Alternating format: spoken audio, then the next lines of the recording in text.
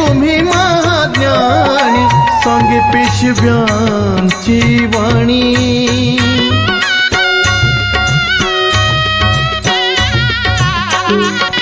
हो घट घट भाषांचे तुम्ही महाज्ञानी, सांगे पेशव्यांची वाणी। धूपदीप